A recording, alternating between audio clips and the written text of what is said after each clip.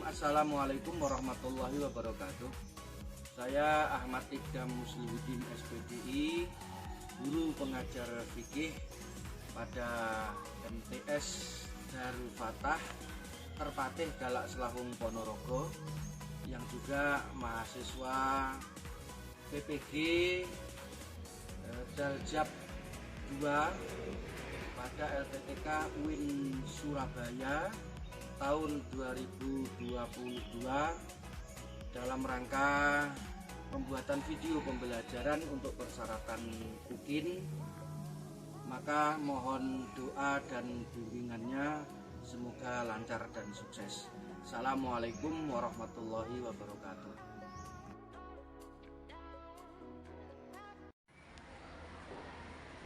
Assalamualaikum warahmatullahi wabarakatuh. Waalaikumsalam warahmatullahi wabarakatuh. Mada darsunal ana.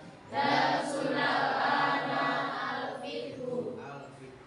Alhamdulillah, pada kesempatan pagi hari ini kita bertemu kembali dalam pelajaran fikih.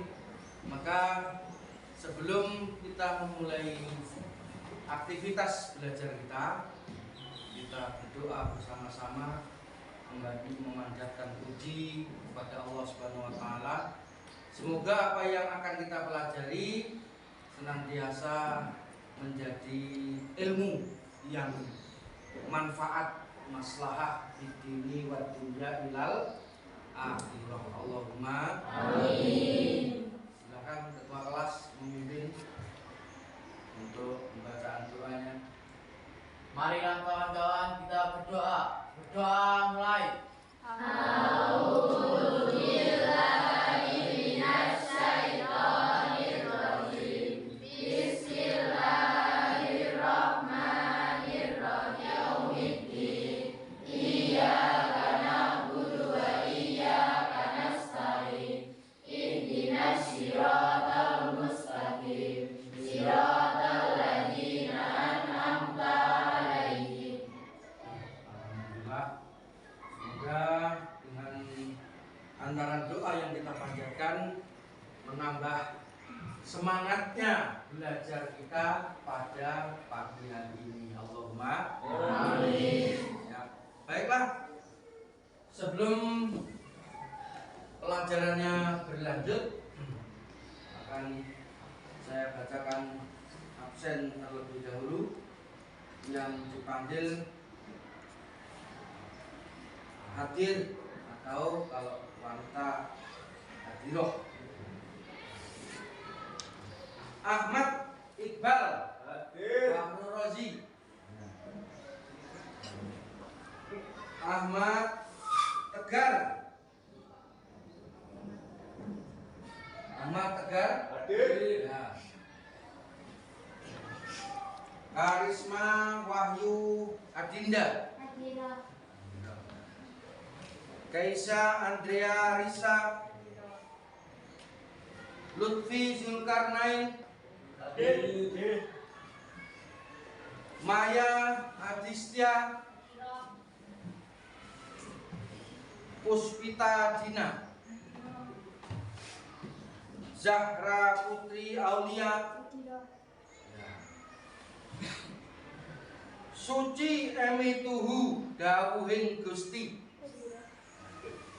Ya. Alhamdulillah, masuk semua. Akan kita coba sebelum masuk ke pelajaran baru, akan saya coba bertanya tentang pelajaran yang lalu. Judul pelajaran yang lalu apa judulnya? Kita berbicara atau membahas tentang sholat fardu. Ya, sholat fardu.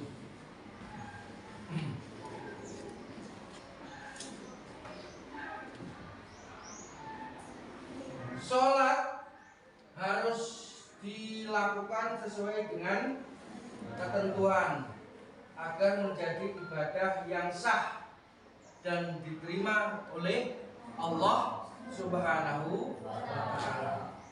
Sekarang sebutkan syarat-syarat sah daripada sholat. Sebutkan syarat-syarat sah daripada sholat. Ya, siapa? Suci dari hadas dan najis. Suci dari hadas dan najis. Betul, suci. Yang pertama kali memang harus suci. Yang kedua, siapa? Ya, Suci dari badan, pakaian, dan tempat. suci badan, pakaian, dan juga tempat. Tiga-tiganya ini harus suci. Badan kita, jasmani kita, yang kita pakai, mulai pakaian, mulai sajadah, dan juga tempatnya. Tempatnya ini harus suci.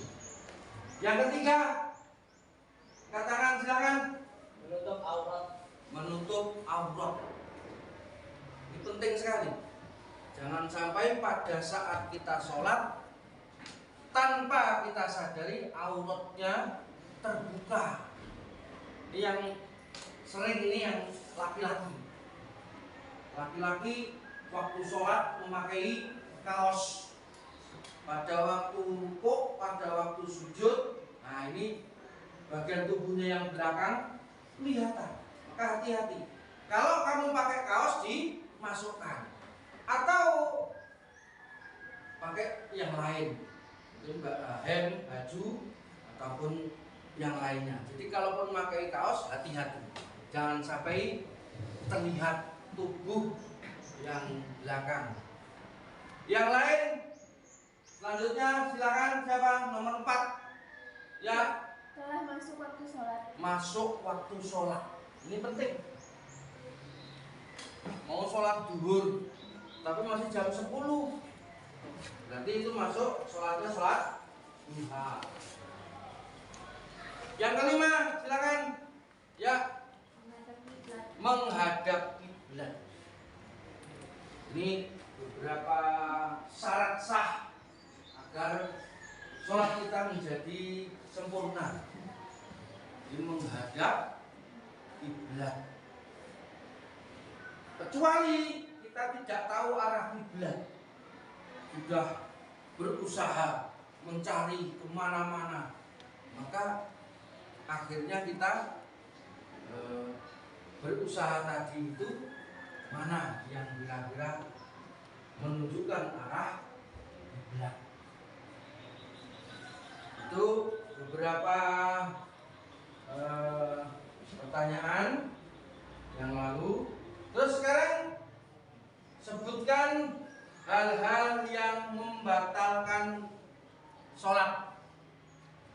Kalau tadi kan syarat sah. Sekarang yang membatalkan sholat apa saja? Yang pertama, ya, Berbicara dengan sengaja. berbicara dengan sengaja. Kedua, silakan. Terkena hadas dan najis. Ketiga, terbukanya aurat. Kita duluan cerita. Yang keempat, membelakangi kiblat. Kelima, makan dan minum sengaja. Ya, makan dan minum sengaja. Yang keenam, ya, murtad. Paham murtad? Paham. Sudah. Tidak usah diterangkan. Sekarang sholat berjamaah. Kita harus paham apa itu sholat berjamaah. Kalau kemarin kita judul yang lalu tentang sholat fardu, maka sekarang adalah sholat berjamaah. Apa arti jamaah? Artinya jamaah itu banyak. Sholat yang dilakukan oleh lebih dari satu orang, minimal 2 orang. Kalau 2 orang, yang satu menjadi imam, satu menjadi makmum. Kalau lebih dari 2, berarti yang satu makmum, yang satu imam, yang lainnya menjadi makmum. Ini tentang sholat berjamaah. Apa hikmah atau keutamaannya? Keutamaan sholat berjamaah. Sholat berjamaah itu pahalanya dilipat gandakan menjadi 27 kali lipatan. Sholatul jamaati afdalu min sholatil fardi bi sab'in wa isrina darajatan. Jadi pahalanya kalau sholat sendiri itu 1. Nah, kalau sholat jamaah dilipat gandakan 27. Ini keutamaannya. Maka akan kita bahas tentang sholat jamaah ini. Sholat yang dilakukan oleh sekumpulan orang atau lebih dari 1 dengan salah satunya menjadi imam dan salah satunya menjadi makmum. Ini definisinya. Sekarang keutamaan sholat jamaah. Di samping sholat jamaah tadi mempunyai pahala yang berlipat ganda, akan tetapi sholat jamaah ini juga merupakan syiar umat Islam kepada umat yang lainnya. Kalau kita di Indonesia mungkin tidak terlalu tampak ya. Kalau kamu hidup di Amerika atau di Eropa yang umat Islamnya adalah minoritas, sholat Jumat itu masjidnya tidak cukup sampai meluber ke jalan. Bahkan sampai orang-orang non-muslim jogo ikut menjaga umat Islam yang sedang sholat tadi. Ini menjadi syiar yang akhirnya mereka tertarik dengan Islam dan mau mempelajari tentang agama Islam. Maka inilah yang disebut dengan syiar. Yang kedua, meningkatkan kualitas sholat. Kalau sholat sendiri mungkin agak pikirannya kemana-mana. Tapi kalau sholat jamaah karena banyak dan konsentrasi itu menjadi khusyuknya meningkat. Yang ketiga, pahalanya berlipat ganda sesuai dengan ayat tadi. Pahalanya bukan hanya 1. Maka ini harus juga diingat-ingat. Dijauhkan dari sifat mungkar. Dan yang terakhir, diampuni dosa-dosanya.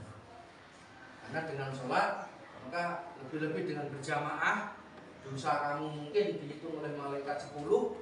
Dengan sholat berjamaah mendapatkan pahala 27, maka yang 10 menjadi hilang. Ini maka harus diperhatikan ya.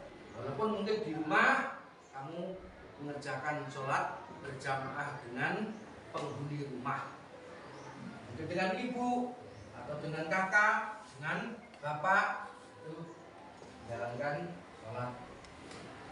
Sekarang syarat-syarat menjadi imam. Apa saja syaratnya? Yang lebih dalam ilmu agama.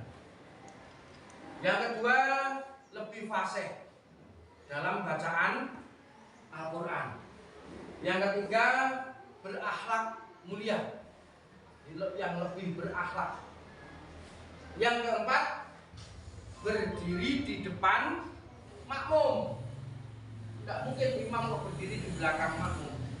Dan yang kelima, memang sudah dari awal niat jadi imam. Karena sholat kan diawali dengan niat. Kan niatnya juga niat menjadi imam.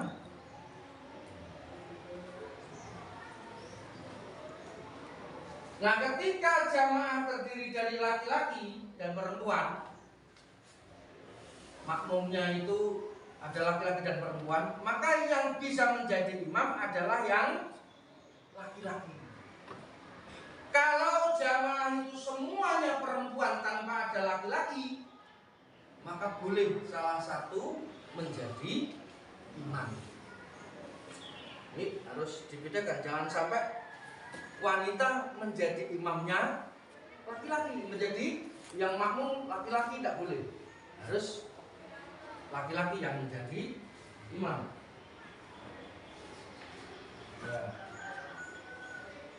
Syarat-syarat menjadi makmum. Tadi syarat menjadi imam, yang sekarang adalah syarat menjadi makmum. Apa saja? Agar kita ini makmum juga sempurna.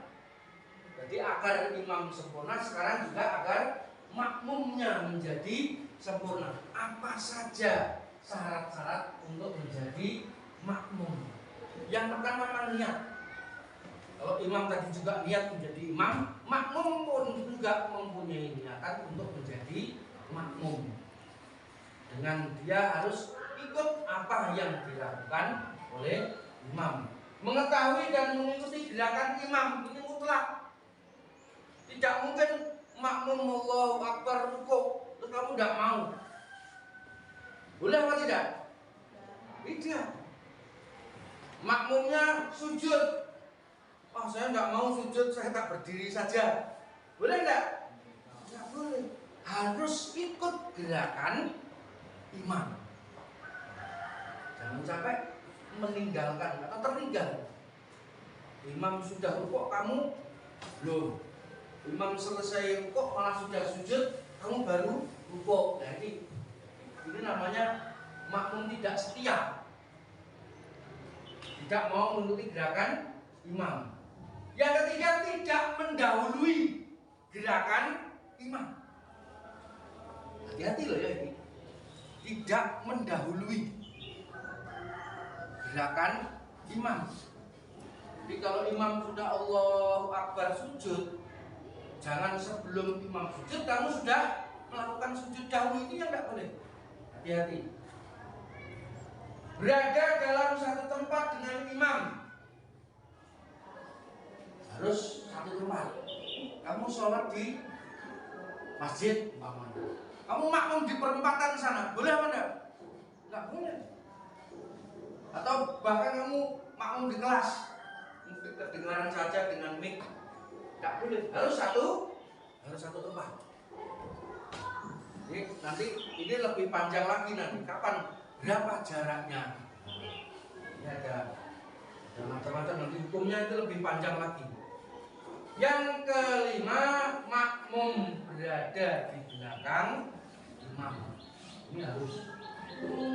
Kalau tadi imam berada di depan makmum, maka makmum harus berada di belakang imam. Sudah bisa dimengerti tadi syarat imam dan makmum? Syarat imam dan makmum sudah kita pelajari. Sekarang sunnah dalam sholat berjamaah. Sunnahnya apa saja? Yang pertama, meluruskan sok. Meluruskan sok. Sok harus lurus. Maka di masjid-masjid, di musola-musola pasti ada garis yang menandakan bahwa itu garis sok. Karena dibuat agar jamaah tadi rapi dan jamaah tadi mengikuti sok. Tidak ada yang agak maju, agak ke belakang. Mengisi saf terdepan jika masih kosong. Mengisi yang depan dulu. Biasanya kan yang kelas 1, biasanya bisa melihat Iqbal keamanan yang nyuruh-nyuruh anak-anak supaya segera di depan. Tapi jangan kamu malah sholatnya terlambat. Tidak boleh. Yang depan dipenuhi dahulu. Jika jamaah hanya 2 orang, jika jamaah hanya terdiri 2 orang, imam dan makmum, maka posisi makmum di kanan imam. Hanya saya imam, maka posisinya makmum di kanan, bukan di belakang pas. Nah, di kanan imam dan agak mepet, tidak terlalu jauh, tidak seperti makmum umumnya. Jadi di sebelah kanan dan ini harus mendekat ke imam, dekat. Entah itu laki-laki atau perempuan, yang penting jangan bersentuhan kulit kalau bukan muhrim. Yang keempat, imam mengeraskan suaranya, baik itu bacaan ataupun takbirnya, ataupun juga tasmih serta salam. Ini harus keras agar makmum bisa mengikuti. Ini waktunya ruko apa belum? Ini sudah harus sujud apa duduk di antara dua sujud? Ini harus diketahui. Maka suaranya harus dikeraskan. Sekarang macam-macam makmum. Makmum itu ada dua jenis makmum. Karena kalau imam satu, kalau makmum ada dua.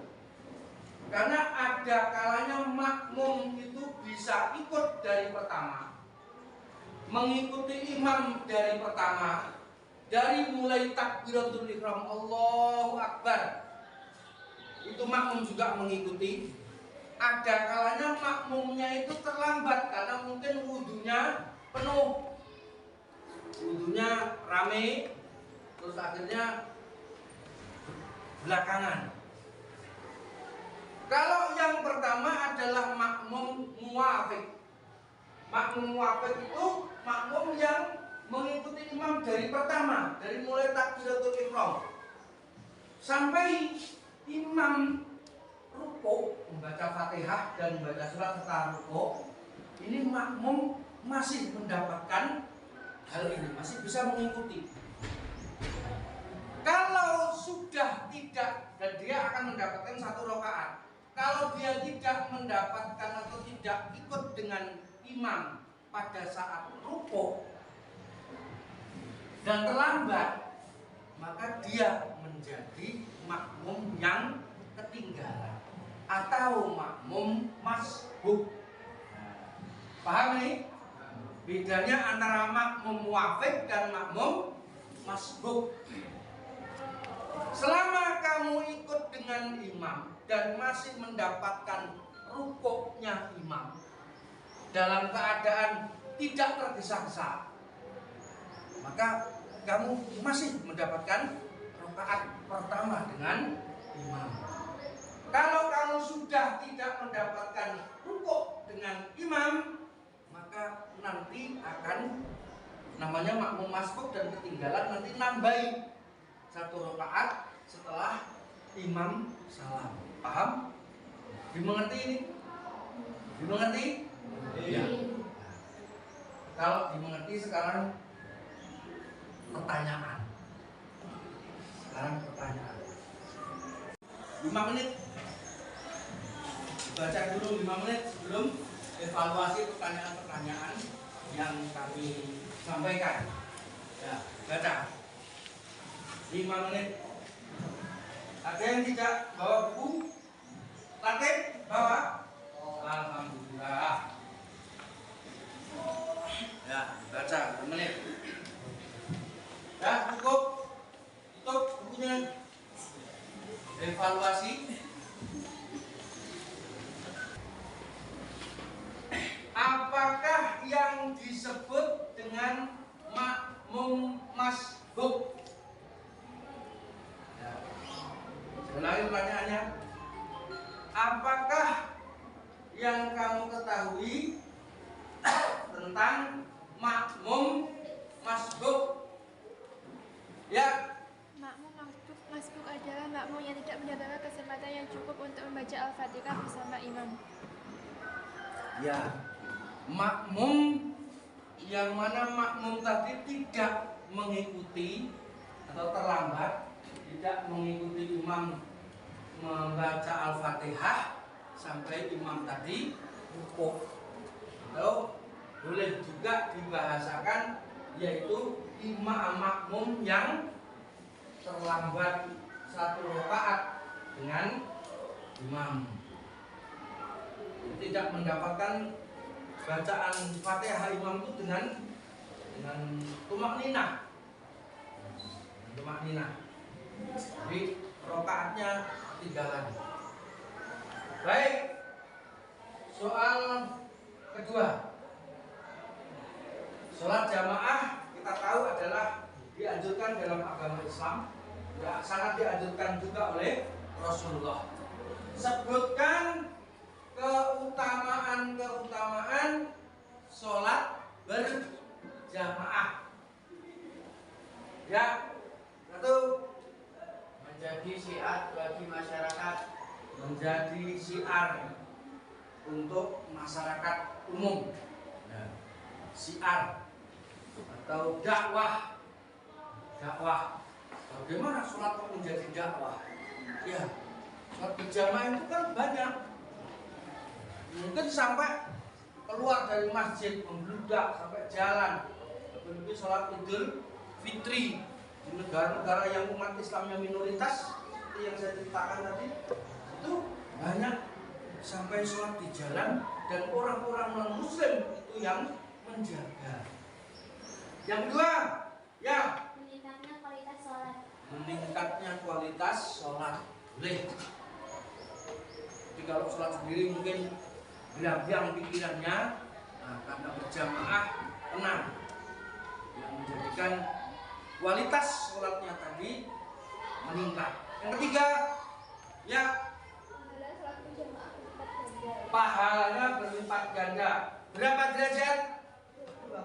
27. Selanjutnya yang keempat, ya, dijauhkan dari sifat munafik. Kelima, siapa? Ya, Rehan. Diampuni dosanya oleh Allah Subhanahu wa taala. Diampuni dosa-dosanya oleh Allah Subhanahu wa taala. Baiklah, ini kita cukupkan. Alhamdulillah, kalian semangat selalu, kalian betul-betul memperhatikan pelajaran yang diberikan. Alhamdulillahi rabbil alamin. Semoga apa yang kita pelajari pada pagi hari ini betul-betul menjadi ilmu yang bermanfaat bagi kita semua. Allahumma amin. Dan semoga kita selalu diringankan oleh Allah untuk beribadah, terlebih-lebih melaksanakan ibadah sholat. Syukur kalau membiasakan diri dengan sholat berjamaah. Allahumma amin. Sebelum kita tutup, kita keluar, kita berdoa bersama-sama. Baca wal asri, semoga apa yang kita pelajari pada pagi hari ini betul-betul menjadi ilmu yang bermanfaat. Silakan ketua kelas dibimbing untuk berdoa. Doa mulai.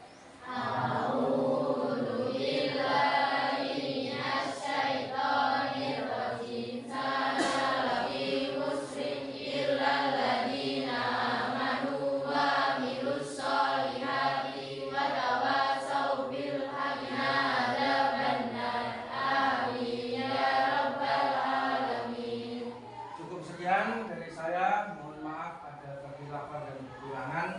Semoga kita bisa bertemu di pelajaran yang akan datang. Allahumma